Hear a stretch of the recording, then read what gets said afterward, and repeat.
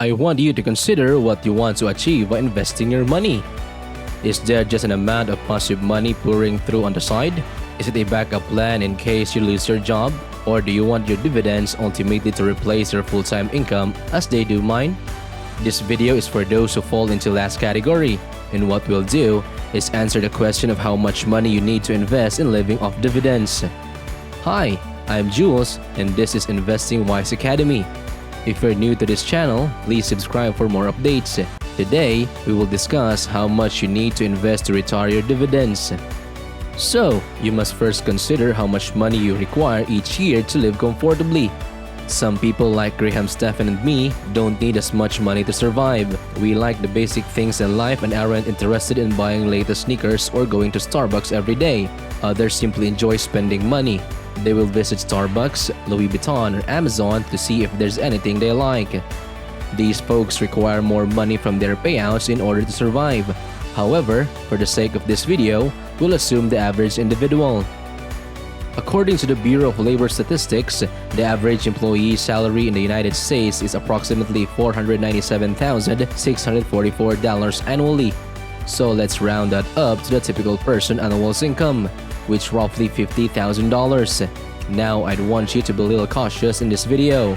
Remember that if you're living on $50,000, some of it will go for your children's education and food, and some will go towards investments, so you're not truly living off of all that cash. Thus, suppose you live off roughly $30,000 of their salary each year, which I believe is reasonable. Therefore, we'll need $30,000 in dividends to replace their salary and be entirely financially independent. So, what are your objectives? How much do we need to invest in order to receive $30,000 in dividends each year? Your dividend investment approach is the first thing you must consider. Are you going to go for the high-risk businesses and opt for the lower-risk companies, lower-year fields? I prefer to achieve balance between these two approaches. The firms I favor pay a good dividend but reinvest a portion of their profits back into the business. However, I believe that handing out all of their revenues as dividends is extremely risky because you have to consider if they will continue to expand as a company or whether they will become as one of those firms that go away after 10 years.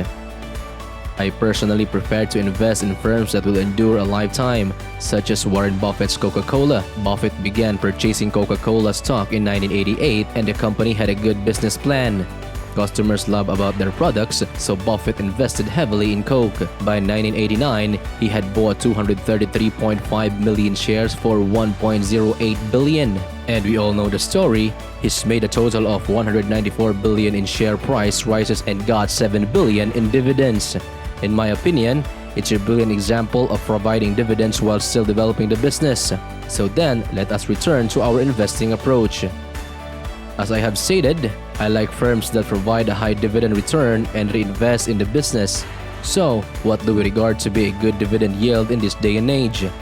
To address this question, we must examine the largest dividend ETFs in the United States. To begin, we'll look at the S&P Dividend ETF, which track in the S&P 1500 Composite Index. They've raised dividends for at least 20 years in a row.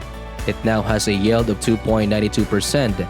Next, the Vanguard Dividend Appreciation ETF is the largest dividend ETF, and this checks the Nasdaq US Dividend Achievers. It's now producing 2%.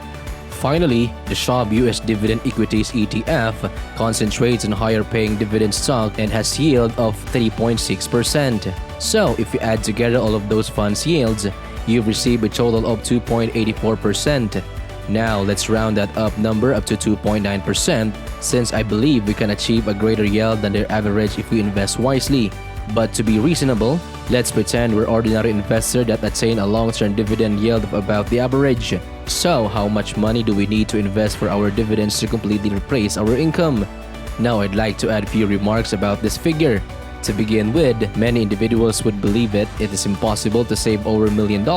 This is a complete fiction. Second, another set of individuals will think, wait a minute, I want to live off a lot more than $30,000. This is a valid issue, so let me respond to both of those points. The first is the ridiculous comment I frequently hear people make. No, I'll never be able to save up to $1 million. That's much too much money. This is the same set of individuals who gaze up a large mountain and think, oh, that's impossible to climb. I don't want to put in the work or the time to climb this mountain. They're actually implying compound interest is one notion that these folks cannot comprehend.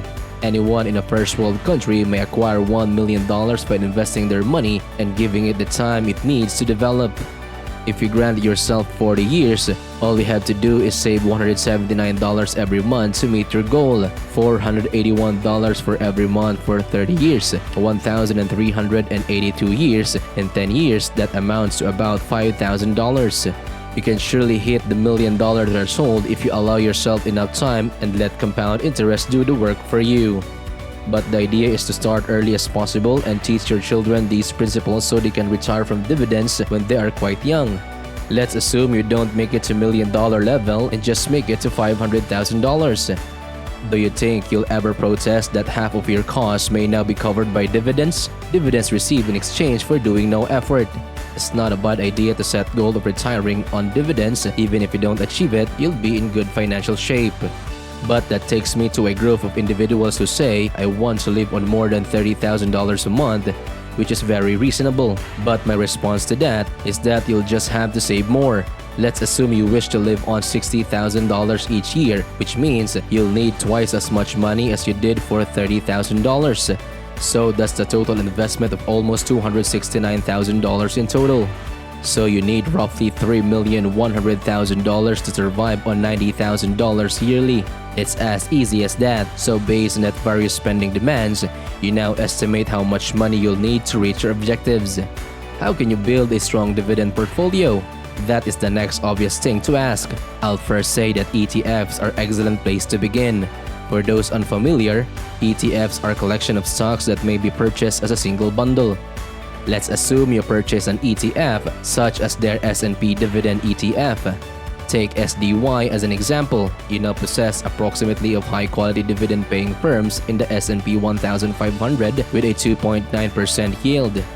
However, some of you may understandably want to buy your dividend stocks and develop your own portfolio. This is an excellent investment method. The first thing I would tell you is to make sure you have a solid understanding of financing before choosing particular stocks. You don't want to be playing poker without understanding the rules. You lose, and the same time applies to investing. It's time to dip your toes in once you've built up a good foundation in the fundamentals of investing. Start with equities comparable to Warren Buffett's, like Coca-Cola, which has a long history of paying dividends and a solid business plan. Or something like Johnson & Johnson, which is an excellent stock with a well-diversified revenue stream and a good firm in general. After you've gotten your feet wet, expand your portfolio from there.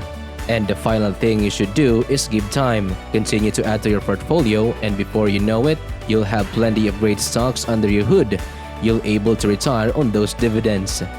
And that's the end of this video. And I hope you learned a thing or two from this one, and someday, maybe you live off these dividends. Let me know what you think about this video by sharing your thoughts in the comments below. If you like this video, hit the bell buttons for more updates. Again, this is Jules, and see you on the next one.